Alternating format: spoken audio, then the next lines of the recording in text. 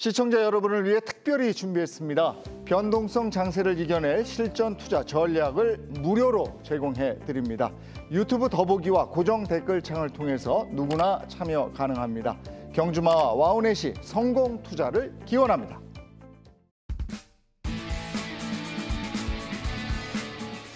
안녕하십니까. 하루의 경제 주식 마무리 경주마 이재용입니다. 종잡을 수 없는 주식 시장. 오늘도 상승장으로 시작해서 기대 좀 해도 되나 했더니 결국은 하락장으로 마감이 됐습니다. 언제나 웃으면서 방송할 수 있을지, 그날은 오기나 하는 건지 요즘 자꾸 그런 생각이 듭니다. 하지만 경주마 힘껏 달려보도록 하겠습니다. 오늘도 든든한 세 분의 기수 이 자리에 나와 계십니다. 한 분 한 분 소개해드리죠. 믿고 보는 목요일입니다. 이분 덕분에 가능하지 않나 싶은데 와이즈경제연구소 차영주 소장입니다. 어서 오세요. 예, 안녕하십니까. 오늘 시장에서 저는 두 가지를 개인적으로 느꼈는데요. 하나는 역시 지금 시장을 끌어올리려면 수급이 필요하다. 그러니까 수급이 오후에 빠지니까 시장이 뭐 특별한 이유 없이 빠졌다라는 것에 대해서 조금 고민에 빠졌고요. 두 번째는 이제 외부 변수보다는 내부적인 변수에 집중하는 것들이 아니겠는가. 그러니까 오전만 하더라도 우리가 이제 금리 인상이라든지 이런 외부적인 변수가 이제 일단락되니까 기업들이 실적적으로 좀 포커스가 맞춰지는 것 같거든요. 그런 변화들 오늘 같이 좀 살펴보도록 하겠습니다. 네, 알겠습니다. 목요일입니다. 시장은 재미없습니다만은 그래도 우린 이분의 입을 통해서 오늘도 뭔가 하나 메모를 해봐야 되겠습니다. 목요일의 비타민 레몬 리서치의 김민수 대표입니다. 어서 오십시오. 안녕하십니까. 차영주 소장님이 아직 힘이 남아 있으십니다. 아침에 시작을 이렇게 길게 하시는 거 보니까 많이 지치셨을 겁니다. 그럼에도 불구하고 주말 가면서 기분이 좋아야 되는데 시장 보게 되면 기분이 나쁩니다. 그래도 살 길을 찾아야겠죠. 또 살 길을 찾는 방법 또 계속 말씀드리겠습니다. 예, 오늘도 메모할 수 있는 종목 하나 점지해 주시고요. 알겠습니다. 목요일 또 이분과 함께해서 색다른 재미가 있습니다. 밑줄 쫙 박한샘 와우넷 파트너 모셨습니다. 어서 오세요. 네, 안녕하세요. 반갑습니다. 네, 여러분 뭐 자주 뵙게 돼서 너무 반가운데요. 행복하려고 주식하시는 거잖아요. 그리고 또 대부분의 주식을 하시는 이유가 내가 행복하자 한 게 아니라 주변 분들, 나의 가장 사랑하는 사람을 행복하려고 보통 주식을 시작하십니다. 자, 그런데 지금 어떻습니까? 나의 존재가 주변 사람한테 가장 고통스러운 시간이 될 수도 있거든요. 그런데 주식을 하다 보면 반드시 그런 과정이 또 필요해요. 그래서 이거를 결과라고 생각하지 마시고 훌륭한 바이올린은 아주 단단한 나무에서 나오잖아요. 여러분들이 단단해지는 과정이라고 생각하셔야 됩니다. 그리고 이것을 그대로 받아들이셔가면서 여러분 걸로 잘근잘근 씹어 드셔야 돼요. 그리고 이걸 잘 기억하셔야 됩니다. 그러면 여러분들 주변 사람을 그 다음에 훌륭하게 행복하게 만들어줄 수 있는 사람이 되실 겁니다. 오늘 어떻게 하면 그렇게 될 수 있는지 한번 저희와 함께 시작해보면 어떨까 싶습니다. 예, 마음 다스리는 법에 대한 얘기를 해주셨는데 그건 알겠는데 수업료가 너무 비쌉니다. 그래서 속상하고 이런데 하여간 오늘 자세히 얘기 나눠보고요. 먼저 데일리 이슈로 저희가 세 가지를 준비해놨으니까 그거부터 얘기하고 들어가겠습니다. 어제 미국 시장 예상된 회의록 공개 올랐죠? 네. 예. 그러니까 저는 그런 것 같아요. 최근의 흐름들을 제 개인적으로 보면 그러니까 이제 연준이 작년만 하더라도 혼란을 줬었던 건 사실입니다. 작년 이맘때만 하더라도 그 인플레이션 목표치를 어떻게 보면 이제 평균치로 맞추겠다. 굉장히 획기적인 아이디어였죠. 우리가 굉장히 낮은 저금리 상태로 있었기 때문에 금리를 어느 정도 올려도 평균치만 맞추면 되겠다라는 것들 때문에 시장이 한번 환호성을 하면서 미국 시장이 더욱더 힘을 내는 그런 요소가 됐었고 하반기 때 말을 좀 바꿨죠. 우리가 절대치로 가겠다라면서 하반기부터 이제 미국 시장이라든지 국내 시장의 변동성이 더 심해졌던 상황인데 지금 최근에 연준의 행보를 보면 그러니까 미시적으로 차근차근 밟아간다라는 느낌이에요. 처음에 이제 우크라이나 사태가 터지면서 금리 인상에 대한 부담감이 있었습니다만 차근차근 밟아가는 거고. 근데 시장에서는 지금 여러 전문가들 분들께서 뭐 베이비 스텝이냐 빅 스텝이냐 뭐 여러 얘기들이 좀 나오고 있는데 그런 거보다는 오히려 그 연준은 좀 깔끔하게 간다라는 저는 인상을 좀 받았습니다. 어찌됐든 연준은 내년까지 3%의 금리 인상을 하겠다라는 부분들을 밝혀놨기 때문에 중간에 뛰어갈 수도 있고 천천히 걸어갈 수도 있죠. 근데 목표치가 확실하기 때문에 물론 이제 그게 바뀔 수도 있다라는 것까지 하면 너무 복잡해지고요. 일단 그거 종착지가 정해져 있기 때문에 그 사이에 어떻게 가든지에 대해서는 별로 그렇게 크게 신경을 안 쓴다라는 분위기인 것 같고 안 써야 될 것 같아요. 뭐 이런 것들 때문에 주식이 일희일비할 필요는 없다라고 보여지는 상황이기 때문에 지금 저 연준이 이번에 50bp에 대한 어떤 것들 얘기를 하고 다음에 좀 말을 아꼈다라는 것에 대해서는 저는 연준이 지금 굉장히 잘하고 있다. 네. 저는 그렇게 좀 인정을 하고 싶습니다. 자, 연준의 얘기와 시장의 반응, 그렇다면 최악은 지났다고 볼 수 있는 것인가? 또 이런 것들이 다 미국의 연준에 의해서 또는 미국의 어떤 경제 전문가들에 의해서 컨트롤 될 수 있는 상황인가? 이 부분은 어떻게 생각하십니까? 네, 연준이 잘하고 있다고요. 네, 시장은 그렇게 안 보는 것 같습니다. 네, 연준의 입장이 나온 FOMC 의사록 보는데 그게 결국엔 그거죠. 여기 나온 내용들 우리가 모르는 거 있느냐? 별 내용이 없다라는 쪽에서 시장은 살짝 반응했지만 네. 또 연준이 그렇게 뭐 친절한 과거부터 뭐 친절한 기관도 아니었고 최근에 좀 바뀌었다고 하더라도 그런 쪽에서 나왔을 때 또 요즘엔 또 희한한 소리가 들리죠. 블러드 총재 같은 경우는 금리 인상 하다가 내년 가게 되면 경기 침체 시도 나오면 금리 인하할 수 있다. 네. 뭔 소리입니까 이게? 네. 네, 이랬다가 저랬다가 뭐 싸이도 아니고. 네. 그래서 아마 지금 상황으로 봤었을 때는 이런 연준에 나가는 방향에 대해서는 다들 어느 정도 인지는 하고 있대. 그거에 따라서 또 언제든지 바뀔 수 있는 연준의 모호함은 계속 나올 수가 있기 때문에 여기서 시장이 변화를 한다는 것보다 제가 보기엔 요즘엔 주가 속성상 심리가 많이 작용하는 시장 같습니다. 그러니까 그만큼 많이 빠졌는데 여기서 더라고 날카롭게 움직일 수 있는 주가에 대해서 가능성이 있다 보니까 지금 여기서 멈췄다라고 보기 힘들다 보니까 그거를 다 체크하는 과정 쪽에서 이제 뭐 저희가 보통 보는 과거에 나스닥 시장이 뭐 이만큼 올랐다가 하락하다 보니까 뭐 PR 40배에서 지금 20배까지 떨어졌다. 이런 거 안 먹힙니다. 지금은 투자 심리가 더 날카롭게 작용하고 있다. 이게 더 중요한 포인트가 아닌가 싶습니다. 그러니까 불안한 거거든요. 그러니까 시장 참여자들이 불안한 거죠. 그래서 네. 이 불확실성을 해결할 수 있는 주체 세력이 있는가? 그게 있다면 불확실성이 해소되는 건데 지금 상황으로 봐서는 그게 없다고 보는 거잖아요. 네, 저도 어제 시장에서 가장 중요한 게 두 가지가 있었다고 보는데요. 하나는 이틀 전부터 나왔던 금리를 이제 올리다가 네. 금리 올리면 우리가 이제 인플레이션 때려잡을 수 있다. 미국이 연준이 그렇게 얘기했고 그런 다음에 그래서 실제 시장 10년물 국공채 이자율이 지금 3에서 2.7까지 떨어졌단 말이에요. 자신감을 얻은 것 같아요. 거기에서. 그래가면서 인플레이션 잡을 수 있다. 그러면 2023년 하반기 정도에는 금리를 내릴 수도 있다. 네. 저도 그 얘기 듣고 솔직히 너무 놀랐습니다. 네. 야, 이거 애들이 제정신인가? 왜냐하면 금융시장이라는 것은 보이지 않는 말 그대로 종이에다가 이게 1달러야. 근본위전에 주면 금을 줬죠. 1달러씩. 근데 지금 화폐잖아요. 네. 그게 없어졌잖아요. 그다음에 막 찍어냈지 않습니까? 네. 미국이.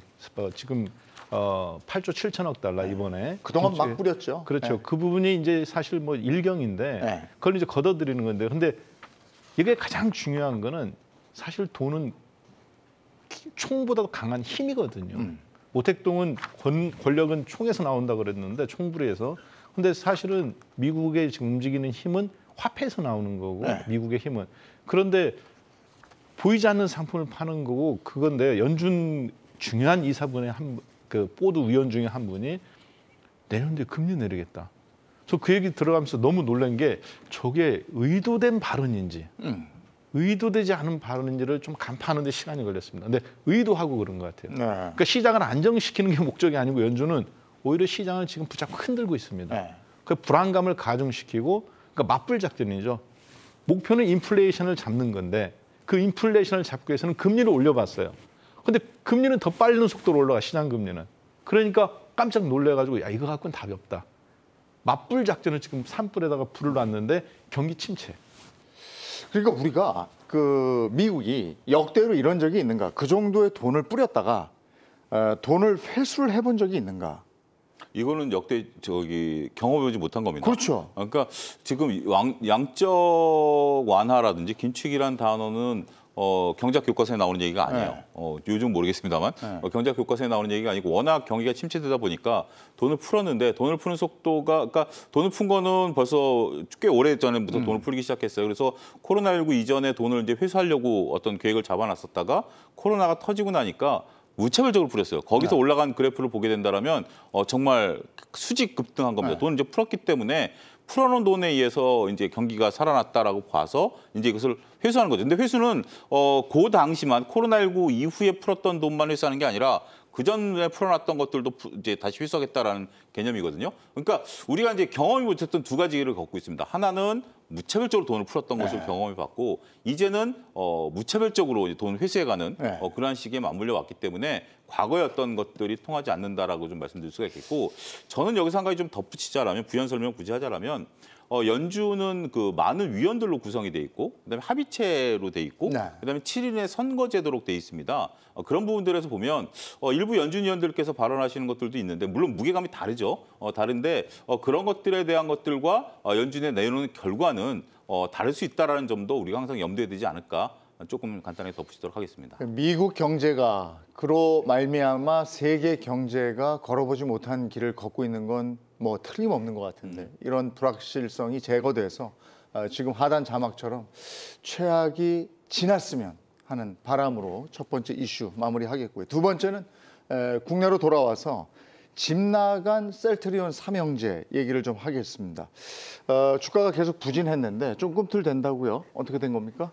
네, 약간 살 것 같습니다. 네, 이렇게 살려준 거 좀 더 살려주지라는 생각이 드는데 요즘 보니까 과거에 저희가 알고 있는 바이오 투탑, 셀트리온부터 삼성 바이오로직스 이런 쪽에서 외국인도 좀 사주고 변화가 조금 들어온 것 같은데 첫 번째로 지금 미국 시장에서도 동향 보게 되면 그나마 최근에 나스닥 기술주 쪽에서 헬스케어 쪽은 쉽게 말씀드리면 덜 빠집니다. 네, 그나마 감사하게도 그나마 선방하는 섹터입니다. 근데 그때 나왔던 얘기가 JP모건이죠. 여기서 그나마 기술주 쪽에서 골라야 될 섹터 그런 쪽은 경기 방어적인 성격이기 때문에 제약, 헬스케어, 바이오 이쪽은 봐야 된다. 이렇게 얘기가 나오면서 그때 살짝 변화가 나오기 시작했습니다. 그게 국내 시장에도 같이 영향을 끼친다고 봐야 될 것 같고요. 두 번째는 정부가 조금 이제 바뀌는 경향들이죠. 그래서 제2의 반도체로 바이오를 육성하겠다. 이런 얘기가 들리다 보니까 거기서 조금 더 힘을 없는데 세부적인 내용은 안 나왔습니다. 그냥 셀트리온 공장 방문하고 이번에 송도 가서 이제 회의하는 정도인데 이게 세부 사항들이 나오게 되면 조금 변하지 않을까 하는 기대감도 같이 살짝 있다고 봐야 될 것 같고요. 그다음에 이제 셀트리온 같은 경우는 대표적으로 지난번에 회계 이슈 가지고 많이 곤혹을 치렀었죠. 그렇게 됐으면 이제부터는 그런 현상이 없이 좀 깔끔하게 나오지 않겠느냐라는 쪽에서 근데 뭐 그때와는 좀 다르게 오히려 그러면 회계 기준을 엄격하게 적용하다 보니까 실적에 대해서 변화가 나올 가능성이 있습니다만 그럼에도 불구하고 지금 나오는 유럽 시장의 점유율 지금까지 바이오시밀러를 통해서 나왔던 점유율을 보게 되면 그래도 램시마 같은 경우 42%가 넘어갑니다. 그래서 뭐 트룩시마 29% 이런 식으로 나오게 되면 성과를 아예 없는 건 아니죠. 저희가 뭐 실체가 없는 바이오주는 아니죠. 근데 여기서 바이오시밀러 같은 경우는 앞으로 각국 정부들이 더 신경을 쓸 수밖에 없습니다. 이렇게 인플레이션이 심한 시대에 바이오시밀러를 통해서 약가를 낮추는 쪽의 역할을 하겠죠. 그러면 이쪽을 적극적으로 육성하고 그와 관련된 산업이 더 커질 수 있겠다라고 하게 되면 제가 보기엔 셀트리온 할 일이 많은데 요즘 이게 붐이죠. 요즘 대기업들 나 몇 조 투자한다. 2030년까지 몇 조 투자한다. 셀트리온도 조만간 나오지 않을까. 그러면 근데 이게 좀 시장이 안 통해요. 근데 그래도 장기 계획을 보여준다고 하게 되면 이거라도 나와줬으면 좋겠다. 이런 생각입니다. 아니 어쨌든 실적 발표에 꿈틀댄 거고 하반기 실적은 좀 괜찮아질 거다 이렇게 시장에서 예상하고 있는 거 아닌가요? 네. 만약에 어떤 분이 저한테 셀트리온을 살 의향이 있냐 단순하게 물어본다면 저는 셀트리온 그룹주, 국내 바이오 그룹주에 대해서 앞으로 상당히 공격적인 다른 주식들은 좀 정리를 하더라도 현금을 들고 있는 저의 입장에서는 지금 업종에서는 첫 번째로 보는 게가 전기 자동차 업종하고 셀트리온 그룹주 같은 바이오 업종입니다. 왜냐하면 바이오 업종은 지금 미국 같은 경우는 이제 예를 들어서 핀듀오듀오, 뭐 바이두, 그 다음에 무슨 뭐 이제 클라우드 컴퓨터 계열, 뭐 이런 것들은 다 그리고 리비안 같은 경우도 그렇고 뭐 5분의 1 토막, 심지어 10분의 1 토막 그렇게 났어요. 그리고 나서 지금 줌 비디오 커뮤니케이션 같은 경우도 이제 폭락 나왔다가 뭐 기본 50% 이상 다 빠졌습니다. 그랬다가 이제 조금씩 요즘 올라오는데 그러면 미국은 그렇지만 우리나라에 가장 적합한 것은 뭐냐 봤을 때 저는 가장 그런 부분에서 봤을 때는 강점 있는 부분이 저는 이 바이오라고 보고 있습니다.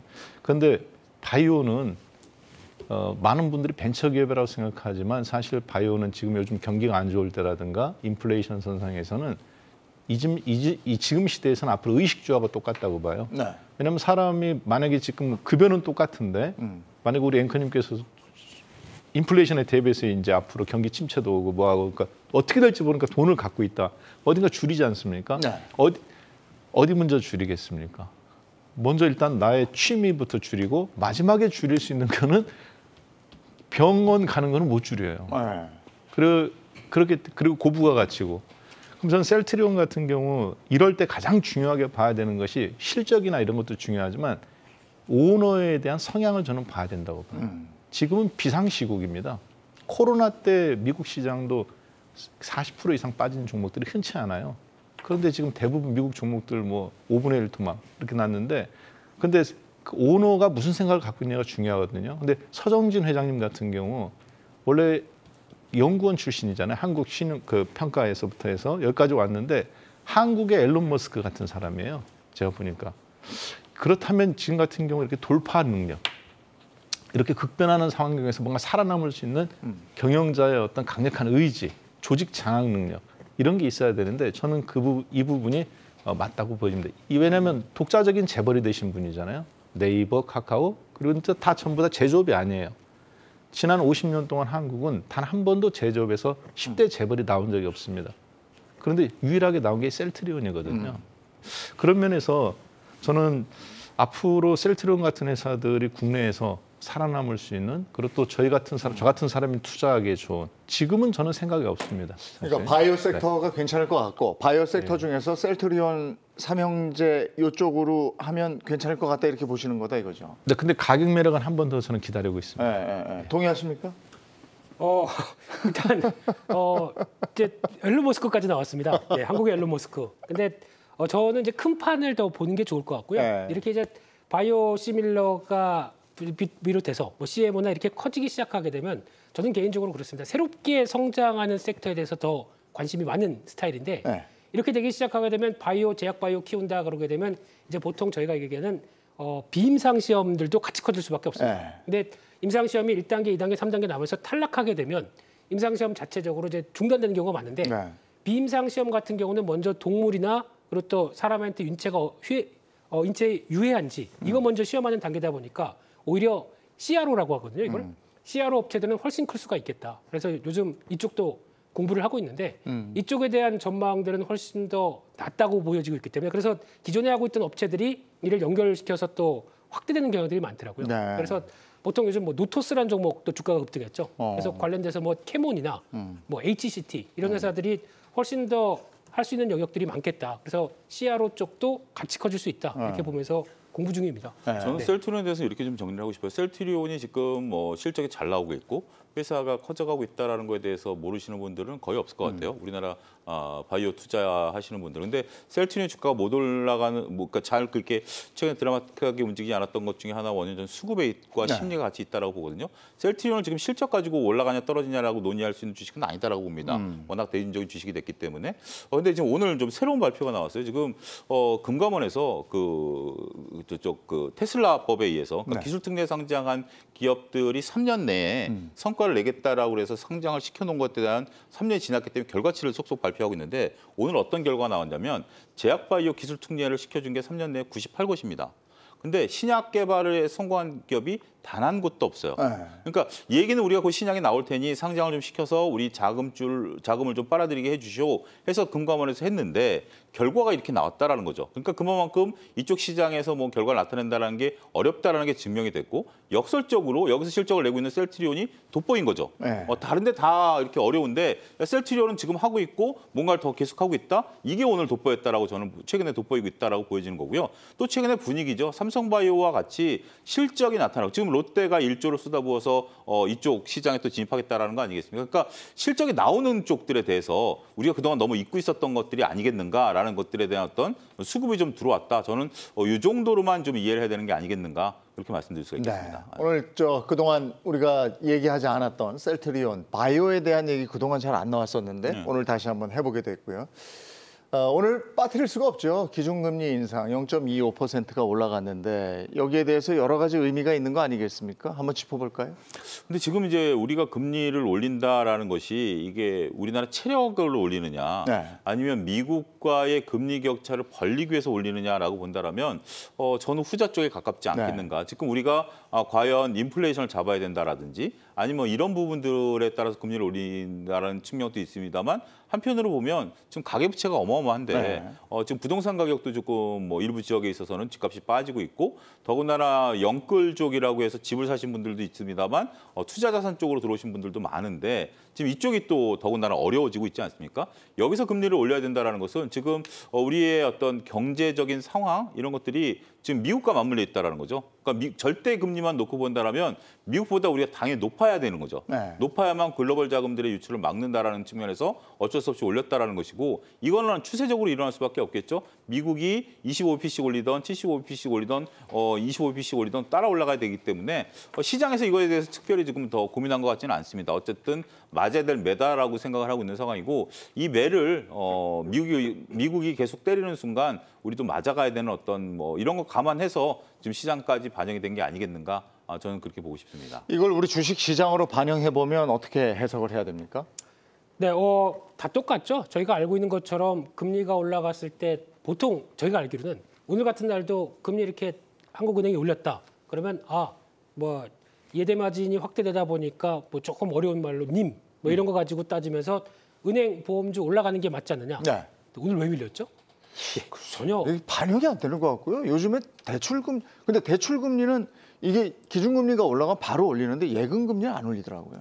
근데 예대마진 제가 잠깐 설명드리면 우리가 이제 은행들 커졌잖아요. 뭐 KB금융이나 뭐 이런 쪽들이 그 전체 수익에서 예대마진 차지하는 게 40% 미만이에요. 그 좀 줄긴 줄은 거예요. 많이 줄었어요. 예전에는 그걸로 은행이 거의 먹고 살았는데 지금 이제 은행 이제 이런 쪽 거의 지주회사급들을 되면서 예대 마진이 많이 줄었어요. 그러다 보니까 이제 반영 속도가 좀 느리다 이렇게 봐야죠. 제가 할 얘기를 다 하셨네요. 죄송합니다. 이거 자르고 다시. 대본이 그쪽으로 가 있네요. 근데 그런 관점 쪽에서 이제 지금 저희는 상장된 회사들이 금융지주다. 그렇기 때문에 면밀하게도 체크하는 게 더 중요하겠다고 봐야 될 것 같고요. 거기다가 지금 이번에 한국은행 총재 새로 되신 분께서 얘기하시는 뉘앙스가 생각보다 이렇게 아까도 실시간으로 중계가 되더라고요. 근데 내용 살짝 보니까 상당히 매파적입니다. 이렇다는 얘기는 이제 보통 한국은행도 마찬가지로 중앙기관이다 보니까 보통 챙기는 게 경기보다는 이제 물가와 이제 고용 이쪽을 많이 챙기는 쪽의 뉘앙스가 나오는데 지금은 그것보다 계속 그 빅스텝에 대해서 열어놓겠다는 입장들이 상당히 큽니다. 그러면 물론 저희가 연준을 많이 본다고 하더라도 한국은행의 입장이 저렇게 되면 특히 이제 미국에서 연준이 2달 동안 이제 6월달, 7월달 동안 50bp씩 올린다. 그럼 이제 2%대로 훌쩍 넘어가기 시작하는 거죠. 그랬을 때 한국은행의 입장은 그보다 훨씬 높아야 된다라고 하는 이걸 열어놓으면서 우리도 빅스텝의 가능성이 있다라고 얘기하는 것 자체적으로는 지금 안에 뉘앙스 중에는 그래도 수출 경기가 버텨주기 때문에 그와 함께 우리 체력은 될 수 있겠다는 얘기를 하지만 이게 안 되게 되면 시장이 어떻게 될까요? 그러니까 이런 약간 부담감도 한쪽으로는 안고 있는 흐름들이 나오다 보니까 오늘 시장도 거기서 어느 정도는 영향을 받지 않았느냐라는 쪽에 대한 한국은행의 뉘앙스가 생각보다는 개인적으로는 공격적이었다. 이렇게 들어가고 있습니다. 그러니까 공격적으로 금리가 올라가게 되면은 아까 말씀처럼 은행주가 올라가야 되는 건데 미국도 그렇고 우리도 그렇고 금융주가 그렇게 반응을 안 해요. 왜 시장은 그렇게 반응을 하는가? 또 한번 주식 시장을 들여다보면서 얘기 한번 해줘 보시죠. 지난 한 달간 가장 많이 떨어진 종목이 대부분 다 기술주라고 생각하지만 실제 가장 많이 떨어진 종목들은 골드만삭스라든가 JP모건 그리고 월마트 그리고 진짜 놀랬던 것은 저는 코카콜라가 하루에 7% 떨어진 거였어요. 최근에 3일간 올라왔지만 그러니까 이제 올라온 것도 있지만 변동성으로 봤을 때는 월마트 같은 경우는 제 기억에는 코로나 때도 20%, 23%밖에 안 떨어졌었습니다. 근데 지금은 그거보다 훨씬 많은 30%대가 넘게 며칠간 떨어졌는데 보통 이제 금리를 올리게 되면 은행주라든가 보험주, 특히 보험주 같은 경우는 금리로 먹고 사는 거니까 올라가야 되는데 지금은 계속 최근에 그 작년도에는 금리 올린다고 얘기했을 때 같이 올라갔었어요. 네. 근데 이제 막상 시작하니까 최근 3개월간 떨어졌거든요. 저도 그 부분에서 고민을 많이 했는데 왜 그럴까 보니까 이렇게 생각하는 것 같습니다. 금리를 올려서 예대 마진이 예를 들어서 1%가 수익이 더 늘어났다. 그러면 여기서 100조 원을 갖고 있으면 작년에 비해서 1조 원 수익이 더 늘어난 거예요. 반면에 금리를 1% 올림으로써 기업들 대출을 받았는데 뭐 대출 회수율이라든가 부도율이라든가 혹은 앞으로 여기서 또 금리를 계속 올리잖아요, 미국은. 그랬을 때 거기에서 자신들이 받은 손실이라든가 그리고 또 금융주에 투자하는 펀드라든가 이런 가장 은행 쪽이지만 가장 잘하는 게 증권회사라든가 같은 금융이지 않습니까? 그렇기 때문에 속속들이 들여다봤을 때는 그 그걸로 금리를 올림으로써 시장이 불안해되는 어떤 그런 변동성보다 예대 마진 1조 원 늘어나는 것이 조족지혈이라고 보는 것 같습니다. 그런데 인플레이션이 만약에 지금 3%에서 잡히고 내년도에 디플레이션으로 간다고 금리를 내린다 뭐 그런 얘기가 나오는데 그런다고 보면 또 은행주들은 또 거꾸로 올라갈 것 같아요. 그래서 이 부분이 정말 기존에 없었던 경제학 교과서에 없었던 그런 부분이고 지금은 아마 상당히 그런 부분에서 전통적인 경제학, 자본주의적인 어떤 기존의 경제학을 갖고 이것을 은행주라든가 보험주라든가 투자하는 분들은 굉장한 낭패를 저는 볼 수 있다고 봅니다. 우리나라 경제 굉장히 중요한 오류가 있어서 좀 잡아드려야 될 텐데 일단 보험주부터 말씀드리면 우리나라 보험회사들이 올 하반기 때 국제회계 기준 레벨 4로 올라갑니다. 이게 레벨 4로 올라가면서 자본을 강화시켜야 되는 부분들이고요.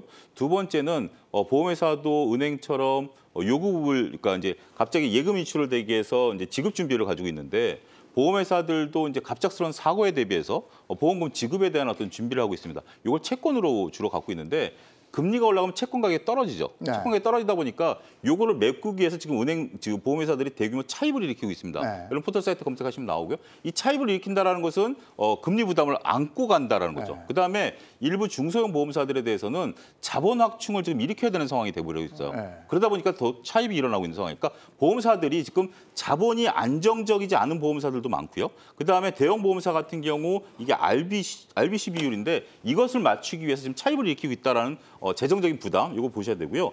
더군다나 지금 투자은행과 지금 뭐 이번에 오늘 나왔었던 어저께인가 나왔던 거 보면 대표적인 지금 증권주들이 증권회사가 지금 영업 환경이 녹록지 않다라고 보는 거죠. 그러니까 우리가 투자은행 미국의 투자은행도 그렇고 우리나라 이제 지주사들도 보면 그 보험과 그 증권을 끼고 있어요. 이쪽으로 사업 포트폴리오 강화시켰는데 이쪽의 실적이 안 나옵니다. 작년보다. 거기에 예대 마진에 대한 부분도 떨어져 있고요. 그러다 보니까 지금 실적 베이스로 보시는 분들이 금융주식회사라든지 보험사들을 투자할 수 있는 여력이 안 된다라는 거죠. 이게 단순하게 금리를 인상하면 이쪽이 수혜를 볼 것이다라는 것들은 어느 정도 재무적인 내용보다는 뇌피셜에 가깝다라고 보고요. 지금 이쪽 업종에 속한 기업들의 재무제표를 보면 상당히 망가지고 있다. 이렇게 좀 보셔야 될 것 같습니다. 금리가 올라가면 채권이 떨어진다 이렇게 돼 있는 거잖아요. 금리가 올라가면 채권이 떨어지죠. 그렇죠. 그러니까 보유하고 있는 평가 자체가 떨어지는 거죠. 근데 왜 외인들은 우리 주식 팔아가지고 다 우리 채권을 사는 거예요? 그거는 금리가 계속 올라갈 거예요. 근데 그런 부분들이 이렇게 보는 거죠. 그러니까 안전자산으로 회피입니다. 그러니까 우리가 외국인들이 주식을 팔 때 우리가 체크해야 될 게 주식을 판 돈으로 외부로 유출하느냐 채권을 사느냐를 봐야 되는 거죠. 채권 사잖아요. 근데 만약에 외국인들이 채권조차 안 산다라면 우리나라 자금 유출이 되는 거고요. 다행스러운 것은 자금 유출은 일어나지 않고 있고 안전자산으로 잠깐 회피하는 거죠. 그런 개념으로. 그리고 또 하나 개인의 입장에서 보면 이렇게 기준금리가 올라가면 내 대출 금리가 바로바로 반영이 돼서 지금 얘기 들어보니까 무슨 우리 개인 부채가 굉장히 경제에 큰 부담이 되고 있잖아요. 근데 이게 17조까지 늘어난다는 얘기인데 그러면은 여러 가지로 파급 효과가 있잖아요. 요걸 이렇게 간단하게 말씀드리면 제가 말이 많아지네요 오늘. 요게 조금 올라가면 예를 들어서 우리가 지금 뭐 한 0.5% 1% 올라간다라는 게 부담이 아닐 수도 있어요. 한 1억 정도 대출을 받으면. 근데 그게 전체적인 단위로 보면 시장의 압박이 될 수 있다는 거죠. 전체로 보면은 이 정도 액수가 된다고 그래요. 그러니까 거기에 대한 압박이 좀 있을 수 있다는 거죠. 근데 이렇게 되면 이제 우리가 여러 가지로 더 가계 소비를 줄이게 되는 어떤 계기가 되는 건데 그래서 그런지 이제 이슈는 요즘 하고요. 우리가 직장인들이 이제 월급은 안 오르잖아요. 그러니까 월급만 가지고 안 되겠으니까 자꾸 이제 그 다른 일, 그러니까 투잡을 생각하는 분들이 많다고 그래요. 저도 주변에서 그런 얘기를 많이 들었는데, 그리고 또 하나가 주식이 떨어질 때마다 조금 담아놓고 막 이러고 싶으니까 다른 여윳돈으로 좀 하고 싶은데 여윳돈이 없으니까 투잡을 한대요. 주변에 그런 분들 못 보셨습니까? 제 후배 얘기네요. 네. 네. 그 얘기 근데 왜 이런 마음이 생기냐면요. 네. 깨지니까 이게 이렇게 많이 손해 보니까 네. 자연스럽게 나오는 거고, 더 이런 마음을 크게 갖는 친구들이 이번에 코인 사태 때문에 여기서 위축받은 네. 친구들이 네. 더 적극적으로 하고 있습니다. 그래서 가장 많이 네. 그나마 뭐 광고 많이 보셨을 겁니다. 시간 부담 없이 뭐 주말에도 자유롭게 그러니까. 이게 나오는 게 그렇죠. 오늘 많이 들어오시네요, 부장님. 네. 근데 이런 쪽에서 나오는데, 그래서 시작했습니다. 시작하고 나 오토바이 잘 못하는데 시작하더라고요. 하는데 딱 이때쯤에 리오프닝이 돼버렸습니다. 그러다 보니까 리오프닝이 돼서 콜이 없대요. 요즘 저 오토바이 중고 매물이 많대요. 네, 그것도 그렇고 거기다가 또 한때 전기 자전거가 붐이었거든요. 그렇기 때문에 아마 그쪽에서 또 전기 자전거가 또 자재가 올라가다 보니까 가격을 많이 올렸습니다. 그래도 그거 사서 했는데, 그러니까 3월 달부터 4월 달 넘어오면서 원래 이때가 성수기고 겨울 때가 성수기고 또 한여름 때가 성수기입니다. 근데 그때 콜이 없다 보니까 지금 장비는 샀지, 거기다가 콜이 안 들어오지, 그래서 죽을 맛이다. 그러면서 또 다시 코인 해야 되나 뭐 이러고 있는데, 아니 좀 더 벌어보려고 하다가 그래서 그 주식에 투자를 했더니 주식이 이렇게 됐고, 코인에 했더니 코인 또 이렇게 됐고, 그러니 나가서 돈을 벌어야지 하고 뭐 N잡 이래가지고 하는데, 이게 MZ 세대들이 주로 했는데 지금은 이게 중장년층까지 이렇게 한다고 그래요. 네, 보니까 뭐 N잡너라고 그러는데 저 이거 봐가면서 지금 얘기 들어가면서 아까 친구분 얘기라고 그러셨잖아요. 근데 어떻게 본다면은 저는 이게 저의 이야기, 제가 그렇다는 게 아니라 여기서 투자자들이라고 우리가 말을 했지만 이게 우리의 이야기니까. N잡너가 된 가장의 무게. 이렇게 봤을 때 이게 진짜 뭐 가장들 입장에서는 IMF도 저희는 이제 전 가장은 아니었지만 그 당시에는 막 겪었었고, 그리고 또 그 앞에 선배님들도 IMF도 극복하고, 그러니까 그런 걸 겪어가면서 아마 어떤 상황에서도 내가 가정이나 이런 걸 지켜야 된다는 어떤 압박감, 책임감이 절실한 데서 나오는. 그럼 저 이거 보고 좀 놀란 게 일주일에 74만 원 번다. 그러면 우리나라 지금 국민소득이 36,000달러, 7,000달러면 1,200원 환율로 계산하면은 대충 한 뭐 인당 그 한 달에 적어도 400~500만 원 정도예요. 그럼 부부 맞벌이면 800만 원 정도. 원래 실제 현실은 아니더라도 일단 이론적으로는 그렇습니다. 그러면 한 달에서 이렇게 50~60만 원 벌어봐야 물가 인플레이션도 사실 못 따라가는 정도거든요. 그런데도 불구하고 이렇게까지 이런 게 한다는 거는 그만큼 뭐라 해야 될까요? 지금 이 시장이 주는 너무 어려운 불안성, 그렇죠. 그리고 코인이라든가 주식에서 사실 이 돈을 한 달에 이렇게 50~60만 원, 100만 원 더 생긴다고 해가지고 1억 까먹으면 120개월, 10년 동안 채워놔야 돼요. 근데 이제 그렇게 된 거예요. 그러니까 물가는 올라가죠. 내 월급은 그대로죠. 근데 좀 벌어보겠다고 주식했죠, 코인했죠. 그거 다운됐죠. 이러니까 투잡해서 나가서 좀 더 벌어야 되는 거고, 거기다가 요즘에 저 은행 돈 안 빌려 쓰는 사람 많지 않을 것 같은데 거기서 이제 금리는 올라갔으니까 내가 갚을 돈 더 많아지죠. 이러니까 런치 인플레이션이라는 말까지 나와버렸습니다. 그러네요. 오늘 점심 얼마짜리 드셨습니까?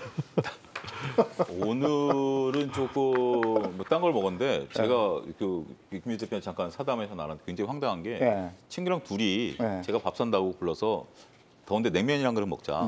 냉면 먹는데 좀 부족하니까 빈대떡 하나 시켜가지고 둘이 먹었어요. 맛있게 먹었어요. 얼마 나왔는지 아십니까? 한 5만 원 나왔나? 거의 4만 5천 원. 그 정도 4만 5천 원. 나오죠? 그러니까 그래요. 둘이 간단하게 냉면 한 그릇 먹자. 10,000원 넘었죠? 네. 그러니까 글쎄 4만 5천 원이 나오더라고요. 그렇죠. 그러니까 이게 장난이 아니다. 네. 장난이 아니다라는 것들이고, 지금 저도 이 기사를 보면 재택근무에 익숙했던 분들이 있다가 이제는 일부 기업들이 재택근무를 포기하는 기업들도 속속 나타난다라고 하네요. 왜냐하면 성과가 잘 안 나타나니까 뭐 제가 임원이라도 뭐 지나가면서 한마디 하겠죠. 야, 애들 출근시켜. 그 한마디에 이제 다 나와야 되죠. 그러다 보니까 이제 교통비 나가야죠. 거기에 이제 옷값 나가야죠. 뭐 이러다 보니까 지금 이제 근무하시는 분들이 환경이 녹록치 않다. 이런 거 보면 지금 이제 인플레이션을 진짜 몸으로 체감하고 있는 게 아니겠는가. 그렇게 좀 보여주고 있는 상황이죠. 런치 인플레이션만 있는 게 아니죠. 커피 인플레이션이 있습니다. 우리 점심 먹으면 또 가서 커피 한 잔 해야 되잖아요. 그렇죠. 커피값이 거의 밥값이 된 건 뭐 어제 오늘의 일은 아니잖아요. 그 이상이 된대요. 요즘에 보니까 또 시키면 그렇지 않습니까? 그럼 케이크 하나 더 시킵니다. 그러니까 커피 한 주라고 그래가지고. 커피, 이렇게 하나 더 커피 한 주요? 무섭습니다. 네. 그런데 이런 상황 쪽에서 그러면 저희가 예전에도 직장인들이 이렇게 물가 많이 올랐다. 네. 그러면은 도시락 싸야지 이런 생각 많이 하죠. 네. 그래서 아끼려고 무지 참 눈물 납니다. 이게 한국인의 라이프 스타일인가 싶을 정도. 네. 그렇게 되면은 아마 이제 뭐 외부 약속이나 미팅이 있지 않은 한 구내 식당이나 사내 식당 많이 그렇죠. 이용하겠죠. 그렇죠. 네, 그러면 그쪽과 관련된 쪽에 또 종목이 나와야 되겠죠. 네. CJ 프레시웨이 같은 회사들 이런 쪽이 훨씬 더 지금 시점에서는 또 이제 오히려 수요를 더 확충할 수 있는 기회가 아닐까. 그래서 이런 회사들은 보통 인플레이션의 압력들이 좀 자유로운 회사들이지 않습니까?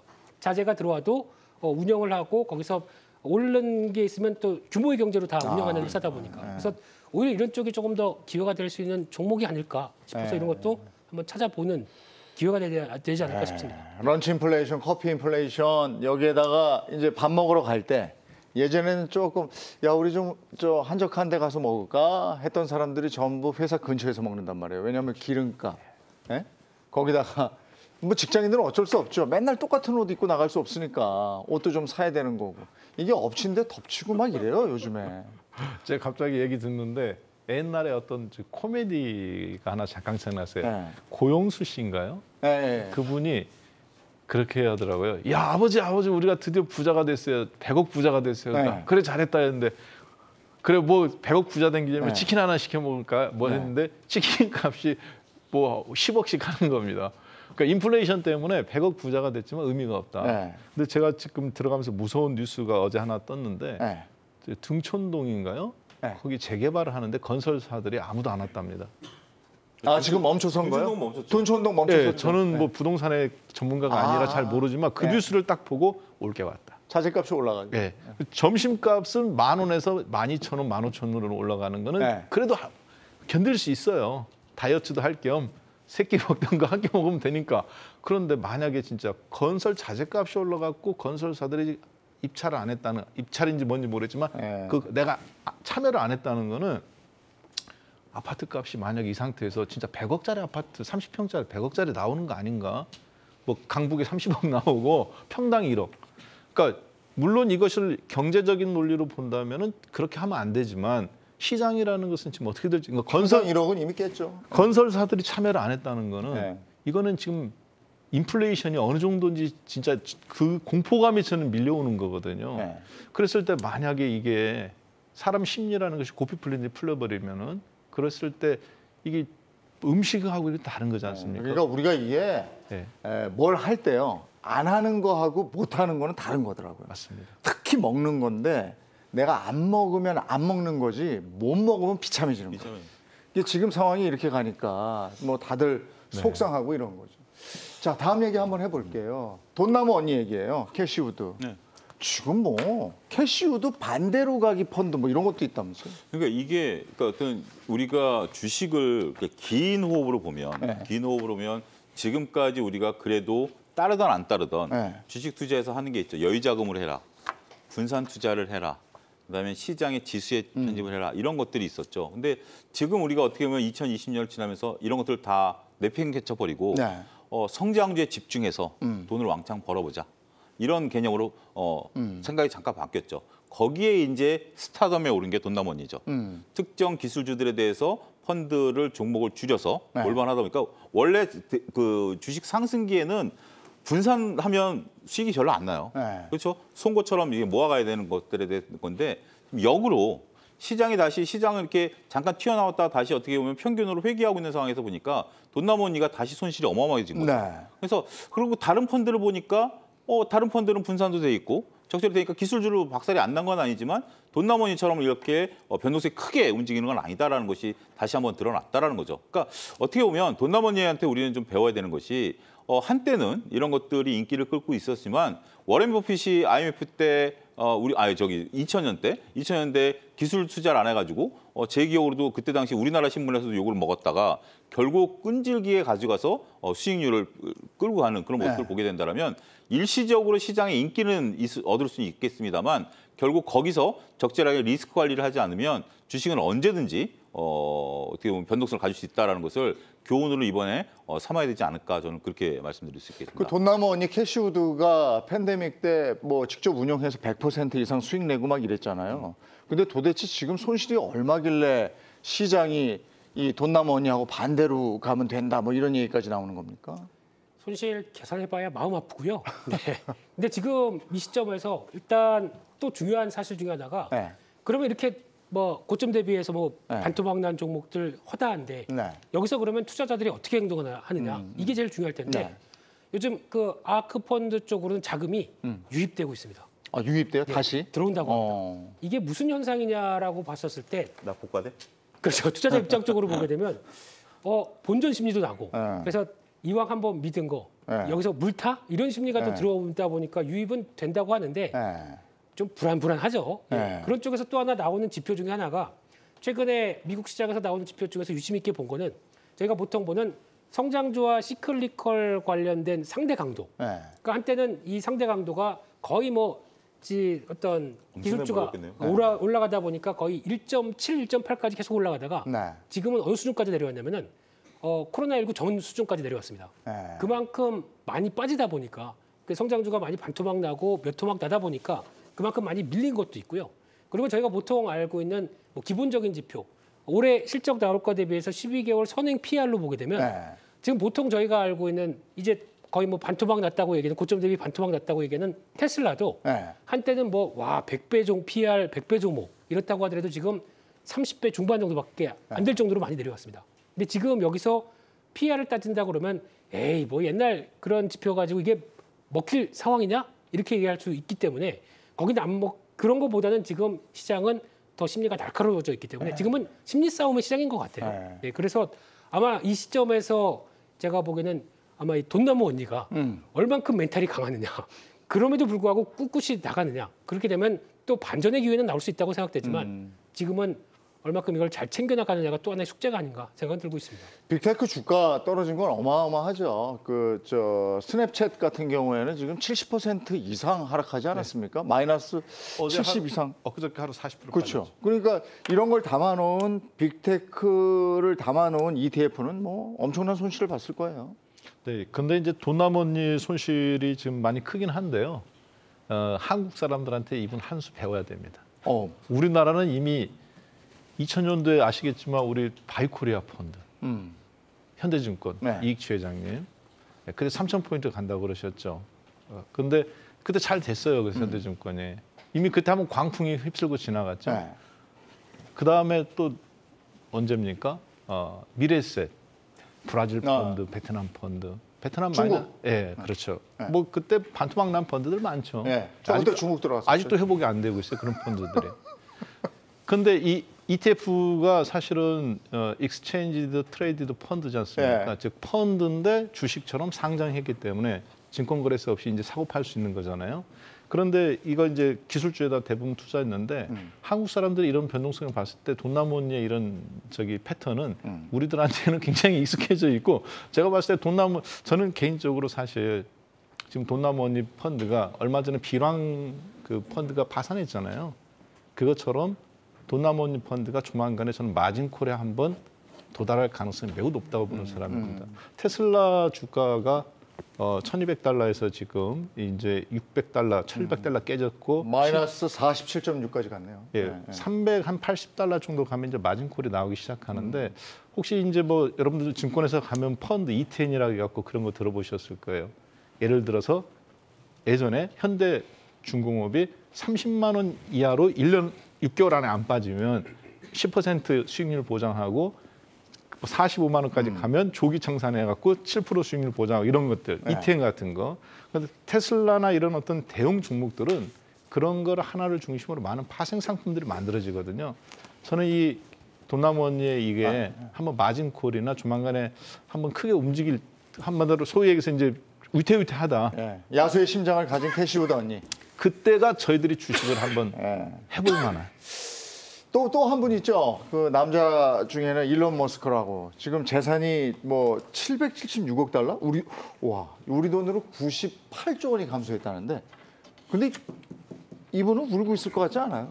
원래 대주주들은 네. 자기 주식으로 이렇게 움직이는 사람은 삼성전자가 10만 원 갔다가 6만 원 간다 그래서 이재용 부회장이 울거나 네. 그러진 않아요. 그분들은 어쨌든 그런 개념으로 접근하는 건 아닌데 어찌됐든 지금 테슬라에 대한 어떤 일론 머스크의 어떤 그 트위터 인수 이 건에 대해서 좀 말들이 많다라는 거. 네. 우리가 한때 NC소프트가 야구단 인수할 때 네. 말들이 좀 있었죠. 그리고 우리가 현대차가 양재동 그 강남에 땅 살 네. 때도 또 많이 많았죠. 그러니까 이제 본업 외의 것들을 하는 거에 대해서는 투자자들이 일단 조금 경계의 눈을 보낸다라는 관점으로 보셔야 될 것 같고요. 지금 현재 그 일론 머스크의 어떤 기행, 그다음에 어떤 지금까지 살아온 행보 계속 좀 이어질지는 좀 지켜봐야 된다. 그러니까 어떻게 보면 요 맥락은 테슬라가 좀 빠진 이유에 대해서 뭐 굳이 찾는 것보다는 본업에서 잠깐 벗어날 때는 시장에서는 좀 경기를 일으킨다 이렇게 봐야 될 것 같습니다. 김민수 대표님은 네. 그 애플 사랑, 그죠? 네. 그 어떻습니까? 그냥 애플 지금 괜찮습니까? 이거 들어가도 좋겠습니까? 한번 짚어보죠. 애플, 알파벳, 메타, 테슬라. 네, 거의 워렌 버핏 선생님과 회를 같이 하고 있습니다. 네, 그래서 개인적으로는 조금씩 살 때라고는 생각이 드는데 네. 만약에 본격적으로 매매를 할 때라고 생각되는 때는 제가 보기엔 2분기 실적 발표할 때 같습니다. 아, 2분기 실적. 네, 왜냐하면 이때 애플의 그래도 텃밭 중에 하나가 중국이죠. 네. 중국의 이번에 4월달 지표를 보게 되면 공세 현상 때문에 거의 무지막지한 지표가 다 나왔습니다. 그런데 중국 정부에서 발표하는 지표들은 그 정도는 아닌데 네. 지금 나오고 있는 세부적인 데이터를 보게 되면 자동차가 한 대도 안 팔렸습니다. 네. 그 정도까지 그렇게 됐을 때는 당연히 휴대폰도 영향을 받았을 거고요. 네. 그럼 거기서 나오는 영향들이 고스란히 애플의 네. 실적으로 가져갔을 것이다라고 하게 되면 아마 그때 약간 위축된 심리가 주가에도 끌어내릴 가능성이 있기 때문에 네. 그 정도는 한번 생각을 하셔야 될 것 같고요. 하지만 애플이 또 그냥 있을 회사는 아니죠. 네. 제가 보기에는 하반기, 빠르면 하반기, 조금 늦으면 내년 초에 네. 나올 MR 기기죠. 이걸 가지고 많은 걸 또 변화시키려고 할 것 같습니다. 그렇기 네. 때문에 거기서 나오는 게 새로운 트렌드죠. 그래서 이를 통해서 애플, 그러니까 이제 삼위일체가 되기 시작합니다. 네. 스마트폰으로 출발해서 태블릿까지 그리고 이제 맥이라고 하는 브랜드로 이제 PC까지도 이제 점령하면서 이제는 글라스를 통해서 이제 모든 이제 가상현실까지 통제하기 시작한다라고 하게 되면 결국에는 나중에 애플카 뭐 이런 식으로 확대되기 애플 본사에서 나온 사람 아니고요. 사랑해요. 애플 변함없다. 네. 이런 그래서 말씀이시고. 저는 애플 기사에 최근에 보시면 공급 기지를 중국에서 분산시킨다라고 그래서 그렇다고 그래요. 네. 뭐 그런 부분들도 좀 트리거가 되지 않을까 싶습니다. 네. 그럼 우리나라로 와보죠. 네이버, 카카오. 이거 어쩜 좋겠습니까? 저는 그 방금 네이버 카카오 주가에 대한 해답 그리고 국내 증시 바닥론에 대한 해답이 방금 김민수 대표님께서 얘기하신 부분에 있다고 보는 사람입니다. 왜냐하면 제가 맨 처음에 방송 소개에 두 가지 중요한 어제 뉴스가 있었다고 말씀을 드렸는데 하나는 FRB 그 보드 위원이 금리 내년에 내릴 수 있다라고 한 거하고 어제 엔비디아 주가가 매출이 40%나 늘었어요. 1사분기에. 그런데 정상 시장에서 5% 올렸다가 시간의 거래에서 중국에 대한 불안, 봉쇄나 이런 것 때문에 앞으로 매출이 안 좋을 거다. 2분기에 장담할 수 없다. 그래서 7%가 폭락했습니다. 그러면은 중국 봉쇄로 인해서 가장 피해가 있는 건 푸동 지역의 테슬라 그리고 샹하이 지역의 그 폭스콘이죠. 예.